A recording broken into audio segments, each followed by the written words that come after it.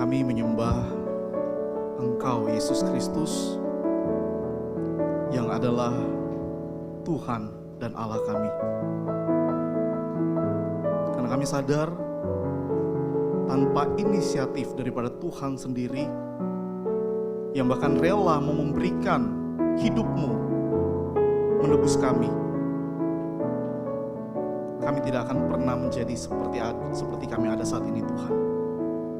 Kami tidak akan pernah merasakan ungkapan syukur kalau kami boleh diselamatkan. Terima kasih ya Tuhan.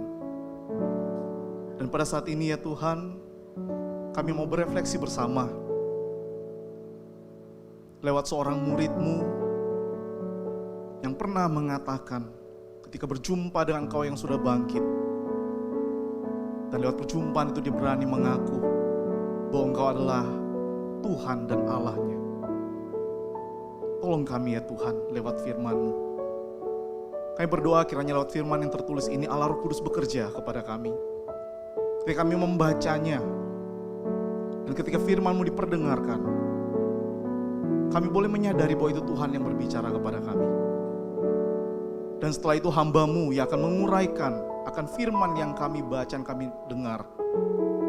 Untuk apa yang telah hamba-Mu persiapkan kiranya Tuhan pakai untuk boleh membawa kami berpikir bersama-sama dan mendapatkan akan prinsip-prinsip yang dapat kami terapkan dalam hidup kami, sehingga firman-Mu itu boleh menjadi daging dalam hidup kami. Berbicaralah ya Tuhan pada saat ini, karena kami telah siap untuk mendengar. Demi Kristus Yesus kami berdoa. Amin. Selamat pagi Bapak Ibu, saudara-saudara sekalian, teman-teman sekalian. Bersyukur sekali saya berikan kesempatan untuk melayani dan dengan tema yang saya tahu lama ya, sudah beberapa kali juga mengkhotbahkan akan perkataan ini, tema ini, tapi saya tetap ada rasa nggak puas. Kenapa? Dan kita tahu tema ini kan tentang My Lord, My God, yang lewat lukisan atau yang sudah diberikan di e-flyer ya, yang di Instagram disebarkan, itu tentang Thomas. Dan kita tahu Thomas itu dikenal sebagai si murid yang peragu, ya, yang meragu-ragukan imannya, sehingga orang juga jarang juga menyebutkan dia yang tidak percaya, nanti baru percaya setelah dia melihat, ya, dan bahkan setelah dia menyentuh luka di tangan dan bekas tusukan di lambung Yesus. Tapi apakah demikian? Saya mengajak kita untuk buka bersama-sama di dalam Injil Yohanes. Kita akan merenungkan begini di pasal yang ke-20. Yohanes 20 ayat 24 hingga ke-29. Yohanes 20 ayat 24 hingga ke-29.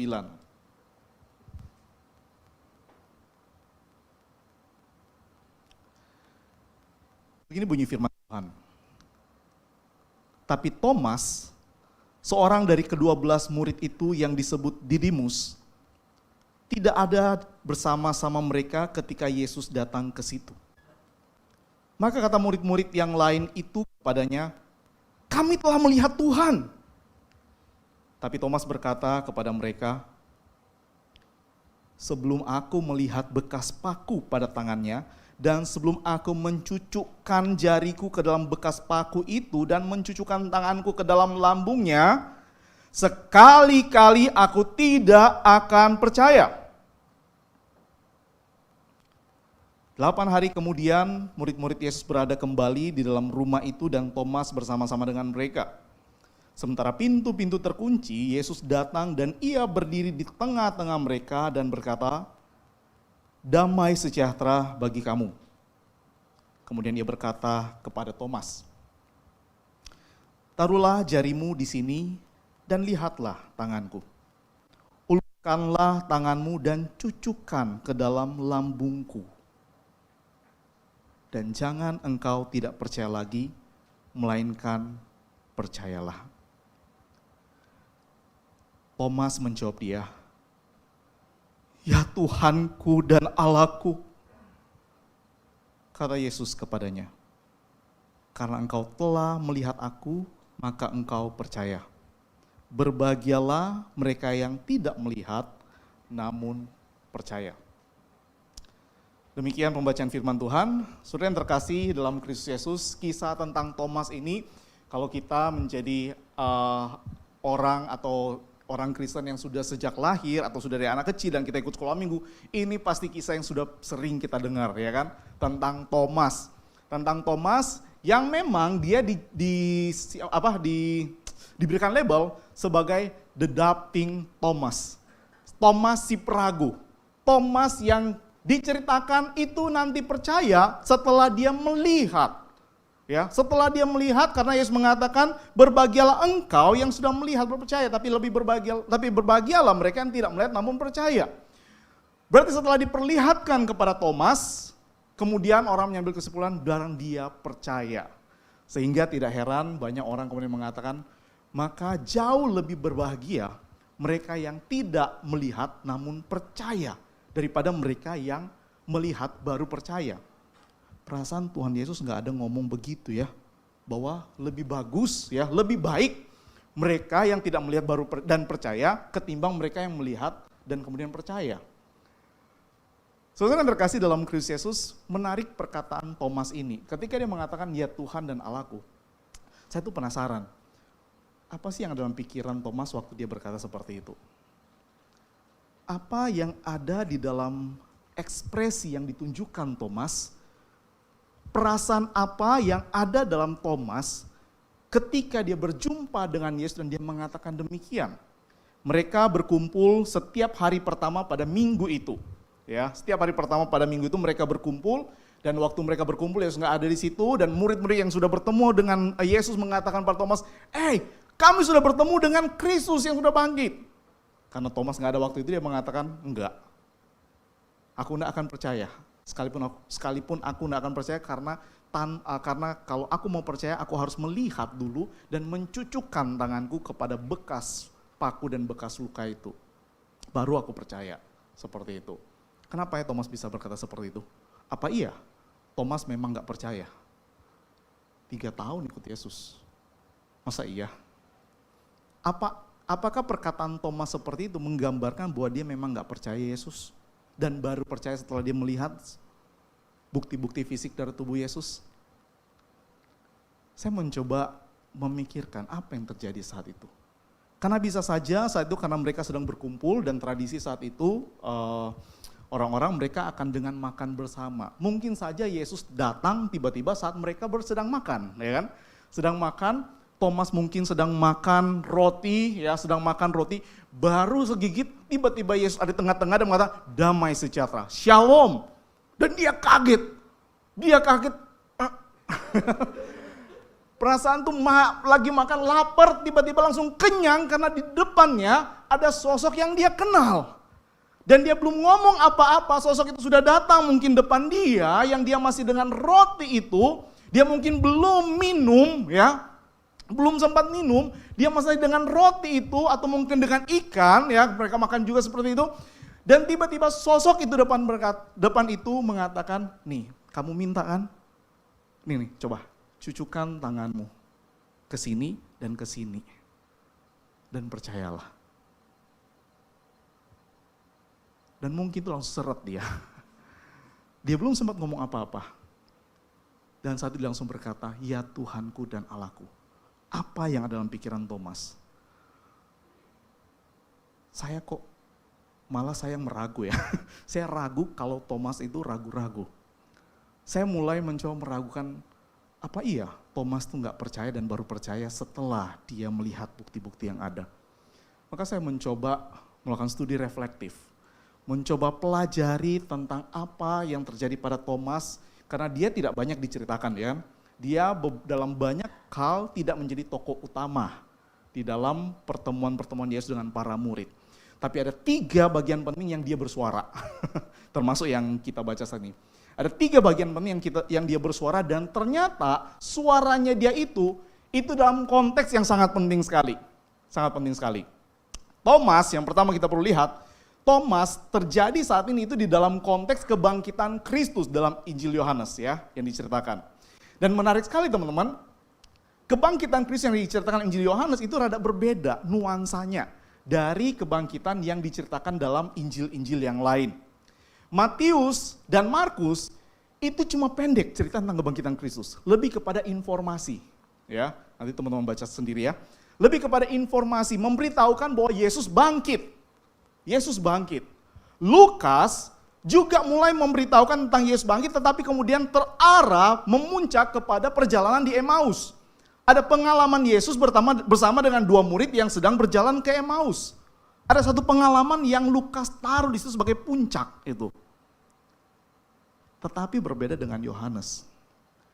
Yohanes dari pasal yang kita baca aja pasal 20 dan 21, dia tidak hanya memberikan laporan Yesus bangkit, tapi dia menceritakan pengalaman personal. Perjumpaan Yesus yang bangkit dengan murid-muridnya. Pasal 20 menceritakan siapa orang pertama yang berjumpa secara personal, itu Maria, ya kan? Yesus menampakkan diri pada Maria, dan kalau kita melihat misalkan kalau kita membawa akan Alkitab cetak, itu tidak akan tertulis di situ. LAI tidak akan memberikan rujukan ayat lain ada dia menceritakan soal itu. Enggak. Itu khusus cuma ada di Yohanes. Kisah tentang Maria berjumpa dengan Yesus, kisah tentang Thomas, dan kisah tentang Petrus. Maria yang berjumpa personal dengan Yesus, yang sampai heran dan berkata, di mana Tuanku itu? Aku kehilangan. Sampai Yesus sendiri yang datang dan berkata Maria, baru Maria kenal itu suara Yesus Tuhannya. Dan setelah itu kisah tentang Thomas yang nanti kita akan refleksikan bersama-sama. Dan setelah itu pasal 21 bicara tentang Petrus. Tidak ada di Injil lain cerita tentang Petrus yang kemudian setelah Yesus berjumpa dengan murid-murid yang lain, mereka makan bersama. Setelah itu Petrus dan Yesus itu sendiri. Dan Yesus tanya, Simon anak Yohanes, apakah engkau mengasihi aku? Tidak ada di Injil yang lain cerita tentang itu. Yohanes ingin menceritakan bukan hanya informasi Yesus bangkit, tapi mau menceritakan ada pengalaman berjumpa dengan Kristus yang sudah bangkit itu seperti apa. Dan saya mengajak kita untuk melakukan studi refleksi terhadap si Thomas ini. Artinya, saya mengajak kita untuk membayangkan, mengimajinasikan kita itu Thomas. Kita itu Thomas, ya. Karena tidak banyak cerita tentang dia, hanya beberapa bagian saja yang disebutkan tentang Thomas. Dan hanya 3 kali yang dia ada bersuara, menjadi salah satu tokoh yang disorot di dalam Injil Yohanes ini. Saudara yang terkasih dalam Kristus Yesus, Thomas itu namanya itu bahasa Aram, ya, kata Thomas. Dan kemudian di sini katakan Thomas yang juga disebut Didimus. Didimus bahasa Yunani artinya itu twin, kembar. Jadi sebenarnya Thomas itu bahasa Aram artinya kembar, Didimus bahasa Yunani artinya kembar. Jadi kalau dibilang di sini, tetapi Thomas, seorang dari ke-12 murid itu yang disebut Didimus, kalau kita artikan tetapi kembar, ya, yang disebut kembar, karena dua-dua artinya kembar, gitu kan. Mungkin dia punya kembaran, tapi nggak pernah diceritakan, ya, nggak pernah diceritakan. Tapi ada Injil yang kemudian ditolak, yaitu Injil Thomas, karena Injil Thomas itu menceritakan seolah dia Thomas dan kembarannya siapa? Tuhan Yesus dong, ya. Dia nggak mau kembaran yang lain, maunya langsung kembaran sama si Big Bro, si Tuhan Yesus. Tapi itu Injil yang kemudian ditolak seperti itu. Tapi Thomas sangat besar kemungkinan punya kembaran, makanya dia disebutkan si kembar. Tapi kita nggak tahu siapa, nggak penting juga sih, karena menurut Alkitab. Nah tapi saudara, menarik dikatakan kemudian tidak diceritakan di Alkitab, tetapi para ahli memprediksi dia orang Galilea. Dan yang menarik setelah Yesus naik ke surga dan para murid terpencar mengabarkan Injil, Thomas secara tradisi itu dikisahkan pergi ke India. Dia melayani di India di sana dan kemudian dia menjadi martir juga di India. Dia tidak sama seperti Petrus yang banyak muncul di dalam kisah bersama dengan Yesus. Dia tidak sama seperti Yohanes yang kemudian mengatakan murid yang paling dikasihi. Dia tidak termasuk dalam circle-nya Yesus yang 3 orang itu. Petrus, Yohanes, Yakobus. Dia nggak termasuk itu, saudara. Tetapi pernyataan-pernyataan dia itu terkait dengan hal-hal besar yang kita sudah dengar. Saya mengajak kita pertama-tama melihat dari sini, Yohanes pasal 11. Yohanes pasal 11, saudara, itu bercerita tentang Lazarus, ya. Lazarus yang mati dan akan dibangkitkan. Menarik sekali ketika Lazarus itu sudah sakit, dikatakan Yesus itu sengaja tinggal sampai mati Lazarus, ya kan. Ini kurang kerjaan ya Tuhan Yesus ya, bikin mati. Karena Tuhan Yesus tahu pasti mati dan dia akan melakukan satu hal yang sangat penting. Makanya dalam Yohanes pasal yang ke-11, saudara, di ayat 16 sebelum-sebelumnya, beberapa ayat sebelumnya, itu Yesus kemudian mengatakan dia sengaja tinggal beberapa hari dan kemudian Lazarus mati. Setelah itu Yesus baru mengatakan, ayo saya mau pergi ke sana. Para murid kaget dong di ayat yang ke-15. Ya,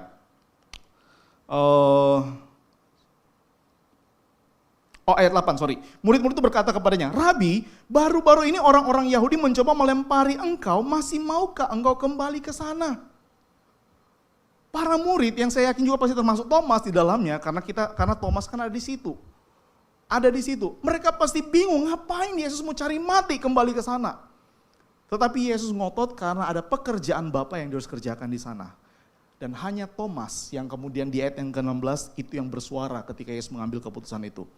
Dia berkata di ayat yang ke-16, lalu Thomas yang disebut Didimus berkata kepada teman-temannya, yaitu murid-murid yang lain, mari kita pergi juga untuk bersama-sama, untuk mati bersama-sama dengan dia. Ayo, kita mati aja sekalian sama dia. Wih gila, ini kayaknya menurut saya ini lebih berani dari Petrus deh. Kenapa? Petrus itu kan memang orangnya nyeplos dulu kan, baru mikir. Kalau ini dia sudah tahu, kalau kita kembali ke sana, kita sudah tahu nih, dilempar, kita pasti mati. Udahlah, siapa takut, ayolah. Thomas pemberani. Dan ketika di dalam konteks itu, ketika dia meyakinkan para murid, ayo kita pergi, ikut aja Tuhan kita, ikut aja Yesus. Mau mati, kita mati sama-sama di sana. Dan kita tahu kisah tentang kebangkitan Lazarus itu menjadi kisah yang sangat penting sekali. Thomas menjadi saksi mata kebangkitan Lazarus.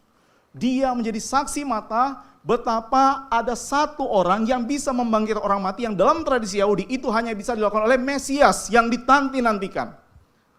Yang bisa membangkitkan orang mati hanya bisa dilakukan oleh Mesias. Maka terbuka mata banyak orang dan mereka mulai melihat, wow, ini kayak Mesias, sosok Mesias yang kami nanti-nantikan. Thomas ada di situ.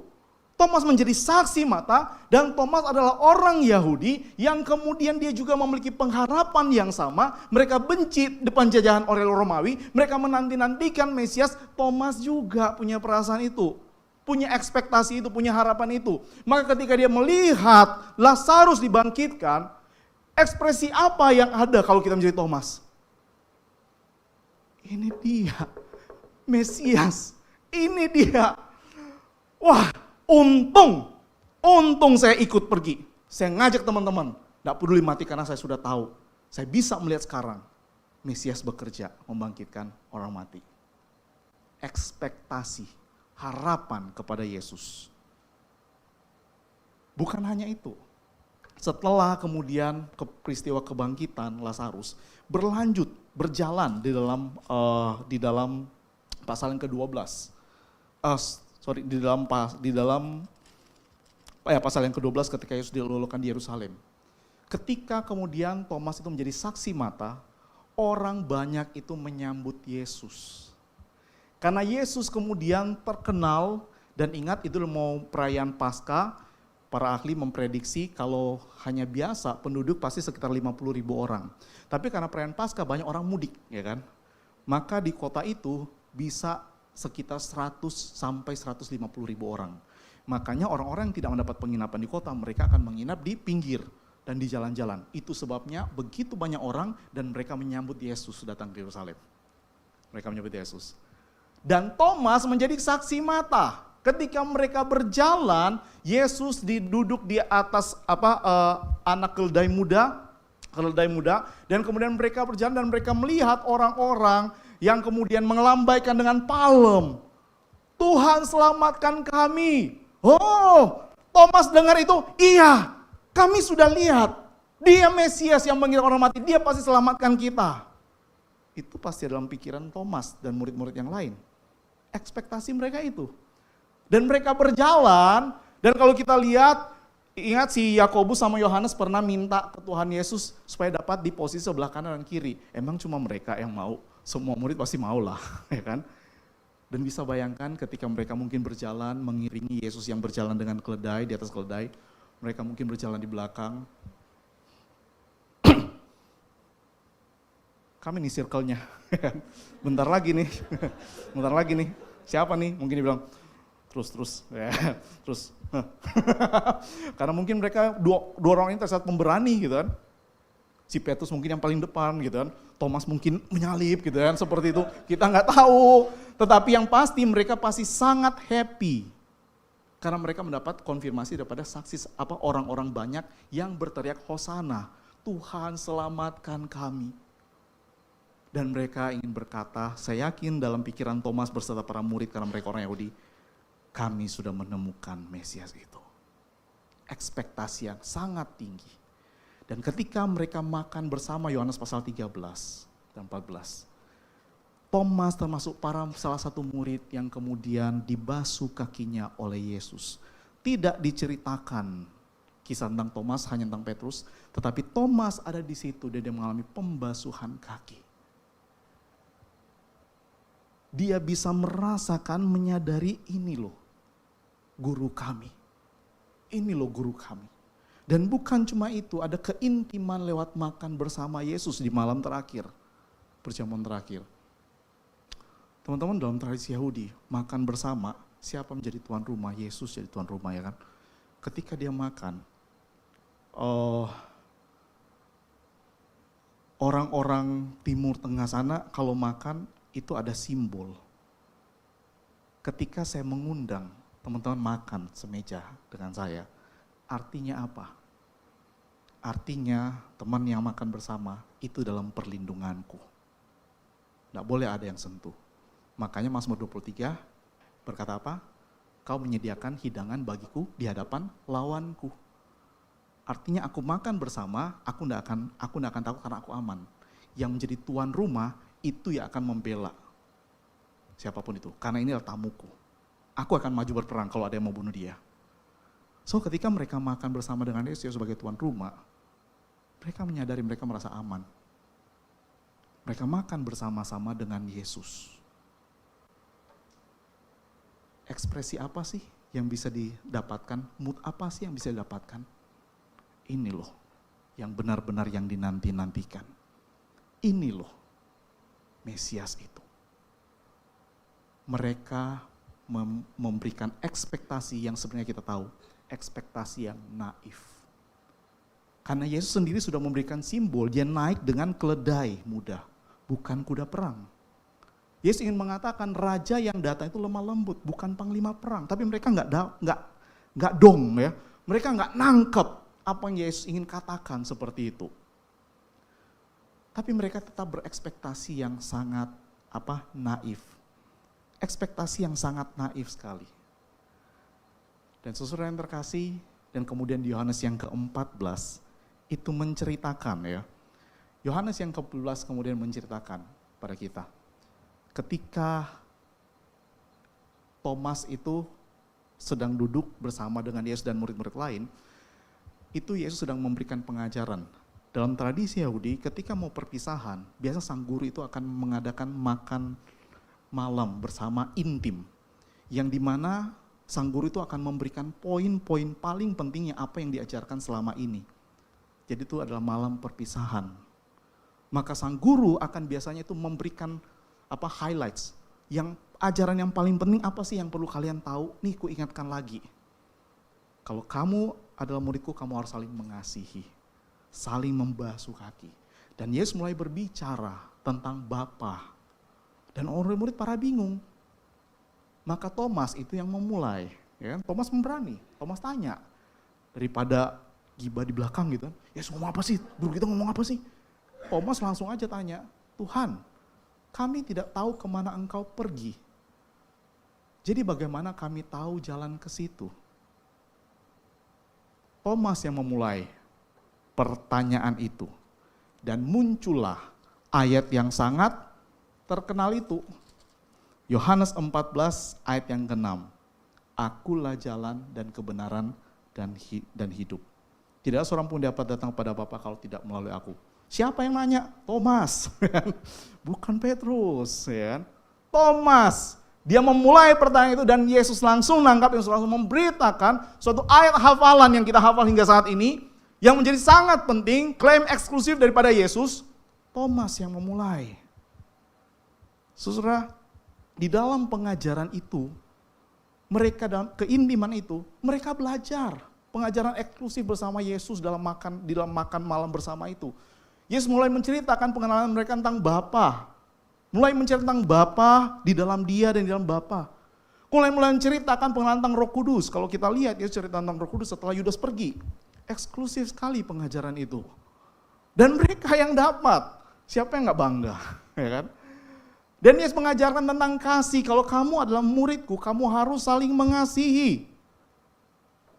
Wow, ini Thomas yang sudah ikut selama ini, sudah mulai melihat, wah ini dia, Mesias yang dijanjikan. Saudara mungkin tidak terucap dari mulutnya. Dan saya yakin juga para murid yang lain, tanpa harus terucap lewat perkataan, my Lord and my God itu sudah ada dalam hati mereka. Dalam hati Thomas. Dia sudah menjadi saksi mata selama ini melihat, ini loh orang yang dinanti-nantikan. Di dalam kenaifan, harapan yang naif itu, dia berani mengatakan my Lord and my God. Tetapi harapan yang naif itu hancur ketika mereka harus berjumpa dengan Kristus yang ternyata harus mati. Harapan yang ingin melihat bahwa Sang Mesias itu akan memimpin mereka, membebaskan mereka daripada Romawi, sekarang harus hancur harapan itu, sirna. Kenapa? Mesias itu ternyata mati. Dan kalau dia mati berarti dia sama seperti pemberontak-pemberontak lain. Karena ada begitu banyak pemberontak-pemberontak melawan Romawi yang kemudian itu mati. Dan mereka selalu berharap pemberontak itu adalah Mesias. Tetapi semua mati. Ya kalau Yesus mati berarti Yesus sama saja seperti pemberontak lain. Kecewa? Ya. Dan di dalam kekecewaan itu, dia mungkin bisa berkata, my Lord, my God, kok mati? Sosok yang sudah kuharapkan selama ini, kok mati? Jadi ngapain aku ikut engkau selama ini?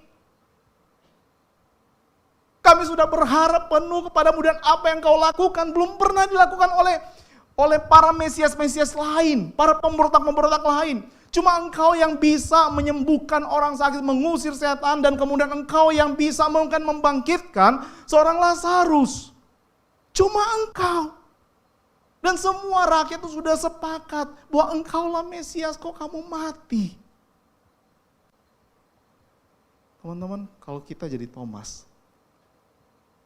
siapa yang gak sakit hati? Dan sekarang, ya kan? Sekarang tiba-tiba ada cerita Yesus bangkit. Hah, yang bener aja, gitu kan?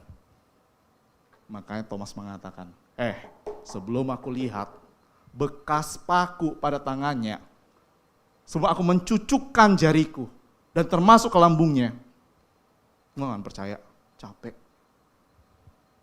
Ngikut selama ini yang udah kuharapin sebagai Mesias, my Lord and my God. Mati. Dan dia akan sembarang percaya. Kenapa? Masuk akal banget. Saat itu, kan mereka bilang mereka sudah berjumpa dengan Yesus yang bangkit. Dia gak akan percaya. Kenapa? Kalau di dalam kisah di pasal 20, ketika si Maria Magdalena berhadapan dengan Yesus, si Maria itu berkata seperti ini, ayat yang ke-15. Ketika Yesus bertanya, kenapa engkau menangis, siapa yang engkau cari?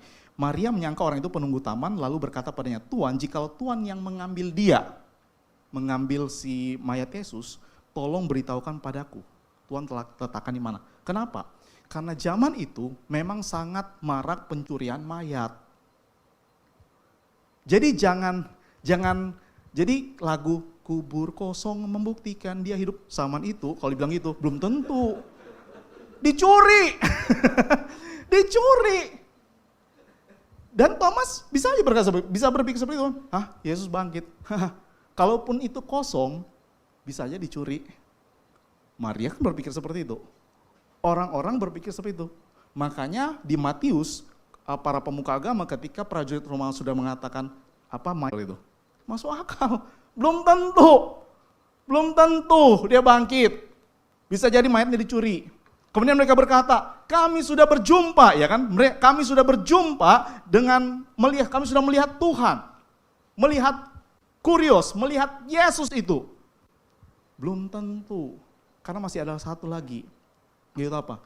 Orang Yahudi percaya 4 hari setelah matian, itu biasanya malaikat orang itu, kalau orang itu mati, itu dipercaya akan pamitan ke keluarganya. Ada kisah rasul berapa saya lupa. Si Petrus ya, Petrus kan ditangkap, kemudian jemaat pada berdoa ya untuk keselamatan Petrus. Tiba-tiba Petrus dibebaskan secara mukjizat. Petrus pergilah ke rumah itu, saya lupa pembantu itu siapa ya, asisten itu siapa, dia ketok-ketok gitu kan. Si asisten itu buka, dia kaget, ya kan? Dia kaget itu Petrus. Dia nggak suruh masuk Petrus, dia pergi, dia kasih tahu ada Petrus. Orang-orang itu responnya apa? Ah enggak lah, itu malaikatnya. Artinya apa? Mereka berdoa, mereka pikir, oh ya udah, dia udah mati. Malaikatnya mau pamitan, iya. Itu loh pemikiran saya itu. Jadi sekarang kalau para murid mengatakan kami telah melihat Tuhan. Nah kita orang sekarang modern berkata, ih goblok sekali sih Thomas. Enggak, dia pintar. Kita yang goblok. Thomas tahu, belum tentu. Itu bisa jadi malaikatnya dia. Malaikat si Yesus yang kita anggap Mesias. Yang pamitan pergi. Makanya Thomas bilang, sebelum aku mencucukkan jariku. Kok nggak percaya? Masuk akal? Sangat masuk akal. Kenapa dia berkata seperti itu, teman-teman? Karena dia kecewa. Sudah ikut Tuhan, sudah ikut Kristus, sudah berjuang bersama dengan Kristus. Bahkan dia mengatakan apa? Mari kita pergi mati bersama dengan dia. Dan sekarang, orang yang sudah kuanggap Mesias yang akan membebaskan kita. Tidak ada. Thomas sebagai seorang yang cacat, yang duduk sendiri, lonely. Kecewa sekali. Sangat kecewa. Putus asa, khawatir, kekecewaan, hancur, frustasi. Lulu lantak kepercayaan dia. Cintanya dia kepada Yesus. Marah, ya kan? Kenapa engkau nggak jadi raja? Rapuh, nggak punya arah, takut, dia hancur. Kalau kita jadi dia, berjumpa dengan sosok yang kita banggakan dan ternyata tidak sesuai ekspektasi. Karena kita menjadi hancur. Thomas itu lagi cinta-cintanya itu ditinggalin. Lagi sayang-sayangnya di PHP-in. Mana? Dahlah, kami telah melihat Tuhan, Thomas. Bodoh amat. Gue gak percaya. Udah capek. Ngapain ngikut dia? Teman-teman, ekspresi seperti ini kita berkata apa? Dosa nih Thomas, kurang ngajar. Saya kok gak lihat seperti itu ya.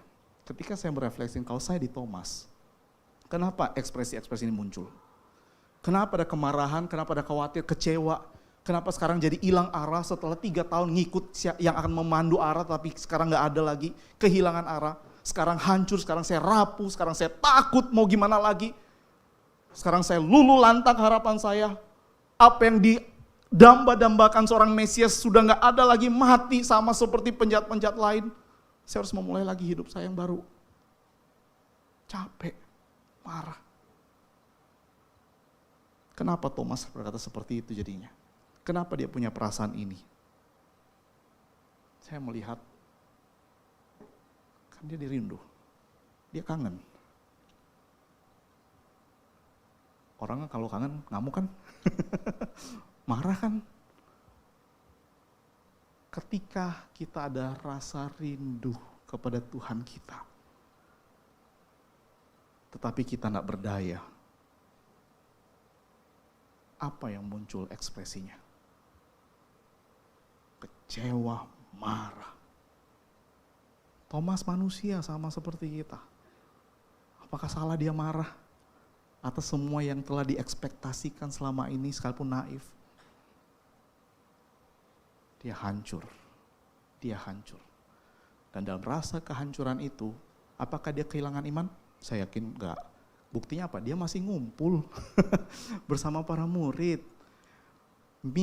Pada hari pertama setiap minggu mereka berkumpul. Itu kan menjadi cikal bakal kita beribadah hari Minggu. Hari pertama pada minggu itu. Seperti itu. Menjadi cikal bakal pertemuan-pertemuan jemaat.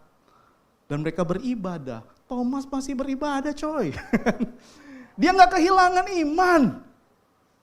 Kenapa kita harus mengatakan? Kasihan banget nih. Thomas kasihan di atas. Setiap mau pasca pasti aja dia dibully. Kasihan. Dan ketika Yesus berjumpa dengan dia, Yesus tidak perlu tunggu Thomas ngomong. Yesus tahu apa yang dia minta. Yesus langsung kasih. Udah. Kamu gak usah ngomong. Telan dulu makan. Nih. Coba taruh jarimu di sini. Lihat tanganku. Coba ulurkan tanganmu. Nih. Coba cucukan ke sini. Dan ke lambungku. Jangan kamu gak percaya lagi ya. Melainkan percaya.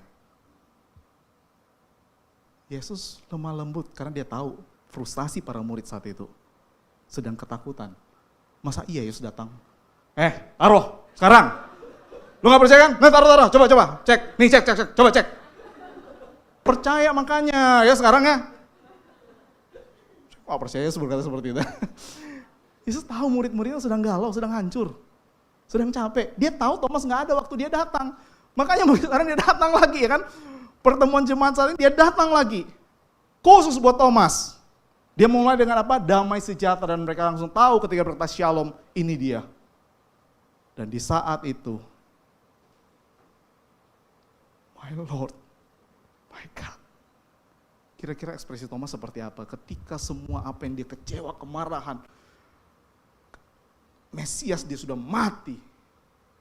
Sekarang benar apa yang dikatakan Mesias, bangkit. Di depan mataku. Ada dua penafsiran. Saya membaca sebuah artikel, dua penafsiran biasa di orang Katolik sama orang Protestan. Orang Katolik biasa seperti ini. Apakah Thomas menyentuh? Orang Katolik percaya iya, menyentuh. Ya, menyentuh dan karena memang ada itu juga terkait dengan tradisi tentunya, ada tradisi-tradisi tertentu. Nah kalau orang Protestan berkata enggak, karena enggak ngomong. Enggak ada cerita di Alkitab dia kemudian sentuh seperti itu. Jadi terserah kita percaya yang mana. Karena masing-masing itu punya refleksi sendiri yang menarik secara teologis. Nah saya mempercayai dia nggak sentuh. Karena apa? Ketika dia lihat aja Yesus di depan mata, dia nggak butuh lagi. Ungkapan dia yang kemarin, sebelum ku cucukkan tanganku, jariku, itu ungkapan emosi. Marah dia nggak percaya lagi sama Mesias yang sudah mati. Tapi ketika Mesias itu benar-benar di hadapan dia nggak perlu mencucukkan, dia sudah tahu. Shalom, damai sejahtera bagimu. Dia tahu suara itu. Yesus berkata apa? Domba-domba mengenal suara gembalanya. Dia tahu itu suara Tuhannya. Dia tahu itu sosok itu. Mungkin baunya Yesus masih bau yang sama sebelum dia mati. Bersama-sama. Ingat loh, mereka bersama-sama. Mereka tahu kebiasaan-kebiasaan. Bunyi langkah kaki Yesus, pasti mereka tahu cara dia jalan. Ya kan? Tahu, gerakan dia tahu. Ini bukan Yesus AI. Enggak, ini Yesus dia tahu, dia bisa bedakan. Dia tahu ini, enggak perlu dia sentuh lagi. Maka saudara, saya mendapatkan refleksinya itu seperti ini. Bahwa my Lord and my God, itu menjadi penyataan iman dari para Thomas ketika dia di dalam harapan, sekalipun dalam kenaifan, dia tetap berkata my Lord and my God. Ketika dia tidak berdaya, kalau dia merasa di PHP, dia hancur. Dia mungkin berkata dalam hati, my Lord, my God, why? Jangan tambahin cuaks. My Lord, my God, why? Kenapa kamu mati? Dan sekarang ketika dia berjumpa dengan Kristus yang hidup, my Lord, my God, aku tidak perlu lagi menyentuh itu. Aku yakin, Engkau Tuhanku, Engkau Allahku. Teman-teman, kita bisa melewati masa-masa seperti si Thomas. Kita mungkin saat ini ada dalam fase harapan yang naif. Ekspektasi yang naif, Yesus akan berkati, wah aku udah melakukan pelayanan ini, Tuhan Yesus pasti berkati pekerjaanku.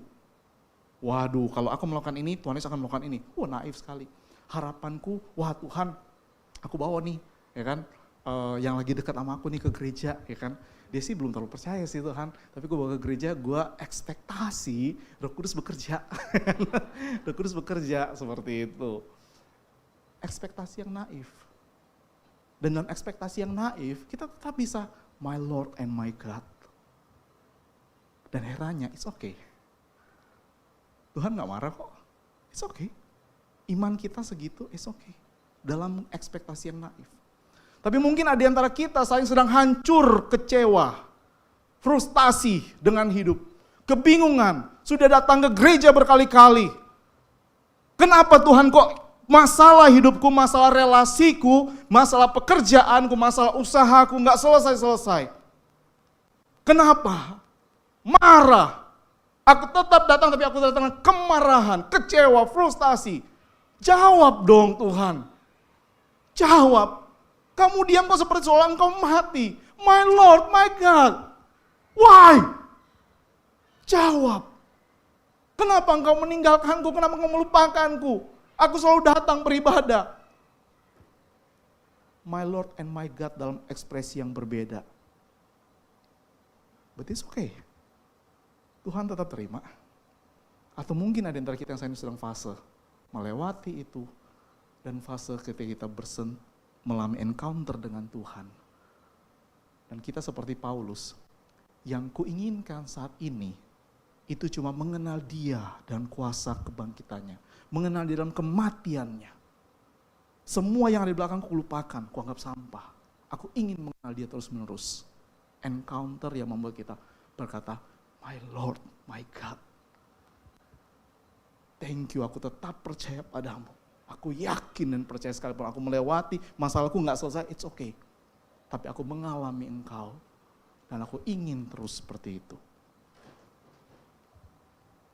Kita mungkin dalam rasa-rasa kecewaan seperti ini, sebenarnya bukankah itu ekspresi? Ketika kita tidak berdaya, kita sedang kangen Tuhan.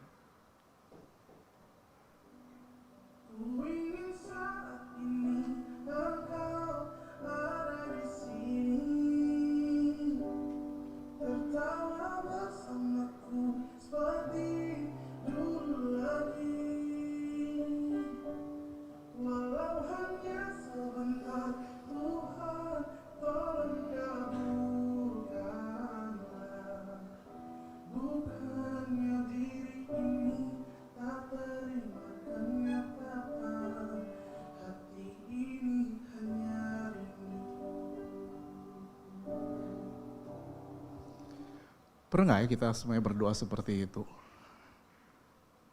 Ku ingin saat ini Tuhan, kau boleh engkau ada dekatku. Aku cuma kangen. Aku marah sama banyak orang, aku marah dalam pelayanan. Aku marah pada gereja, ternyata karena aku kangen engkau itu dekat denganku. Aku ingin dapat shalom, damai sejahtera itu. Aku kangen nama Tuhan. Hidupku terlalu sulit. Seorang psikiatris, Scott Peck ya, psikiatris Amerika, itu dalam bukunya The Road Less Traveled, dia berkata satu statement, hidup itu sulit. Dan ini adalah suatu kebenaran yang besar dibandingkan kebenaran-kebenaran yang lain. Karena kalau kita bisa menyadari akan kebenaran ini bahwa hidup itu sulit, tantangan itu begitu berat dalam hidup ini, kita akan bisa melampaui kehidupan ini. Kita mulai bisa untuk kemudian bergerak maju dalam hidup ini. Karena kita tahu hidup itu sulit. Tapi ketika kita hancur karena ekspektasi-ekspektasi kita tahu kesulitan ada dan kemudian kita makin hancur. Kita akan terus dalam kemarahan-kemarahan demikian. Tapi heran, apa yang harus kita lakukan? Ketika saya merenungkan ini, lalu apa yang harus kita lakukan? Kalau aku sedang dalam posisi sama seperti si Thomas, dalam kebingungan, kehancuran, kekecewaan kepada Tuhan, kerinduan sebenarnya kepada Dia yang Dia tidak jawab. Sama seperti Paulus berkata, 3 kali aku berseru-seru. Tuhan gak jawab, Tuhan cuma bilang cukuplah kasih karuniaku. Kalau aku dalam kondisi seperti itu, terus gimana hidup yang begitu sulit ini Tuhan? Tiba-tiba saya teringat beberapa kisah. Pertama, kisah perjalanan ke Emmaus dalam kebangkitan itu. Apakah mereka yang panggil Yesus? 2 orang murid sedang maus, mereka lihat ada Yesus, diam-diam gitu kan. Bro, yuk bareng. Enggak, Yesus yang tiba-tiba datang bersama dengan mereka dan ngobrol. Yesus berinisiatif. Ketika Maria dalam kesedihannya, dia nangis terus, kebingungan. Tuhan, apa Tuhan yang mengambil jasad dari sosok yang ada di sini? Dia sudah frustasi, padahal Yesus di depan dia loh. Yesus yang harus mengatakan, Maria. Maria langsung dengar suara itu, langsung tahu ini adalah Tuhannya. Yesus berinisiatif. Simon, anak Yohanes, apakah engkau mengasihi aku? 3 kali baru kemudian Petrus mengatakan, Tuhan engkau tahu cintaku itu ternyata cinta yang mengkhianati. Dan aku cuma bisa mengasihi engkau dengan cinta yang seperti itu. Sorry. Kalau Yesus nggak tanya itu, emang Simon mau ngomong? Belum tentu. Diam-diam aja dia kan. Diam-diam aja dia, diam-diam terus gitu. Yesus sentil baru dia keingat 3 kali. Mungkin Yesus tanya, apa engkau mengasihi aku? Yang pertama, dia udah tahu. Ya, aku mengasihi engkau. Gitu. Oke, gembalakan domba-dombaku. Kamu mengasihi aku? Ya iyalah. Oke, udah gak enak. Simon, anak Yohanes, kamu mengasihi aku? Udahlah Tuhan, kau tahu aku gak bisa mengasihi engkau seperti yang kau harapin mungkin. Cuma kasih yang mengkhianati yang bisa kuberikan. Sorry. Oke, gembalakanlah domba-dombaku, ikut aku. Siapa yang memulai semua itu? Yesus. Kepada Thomas, siapa yang memulai? Damai sejahtera bagi kamu. Thomas belum buka mulutnya, Yesus sudah langsung mengatakan, nih, percaya ya.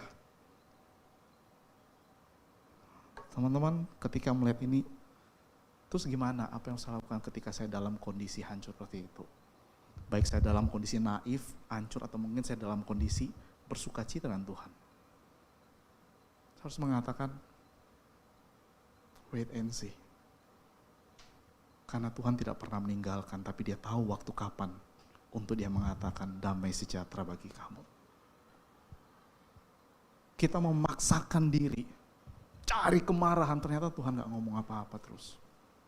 Tapi di saat kita gak bisa apa-apa lagi dan tidak berdaya, Dia tahu momentum itu, Dia datang. Damai sejahtera kuberikan kepadamu. Tuhan tahu kapan waktu untuk Dia memberikan encounter dengan kita.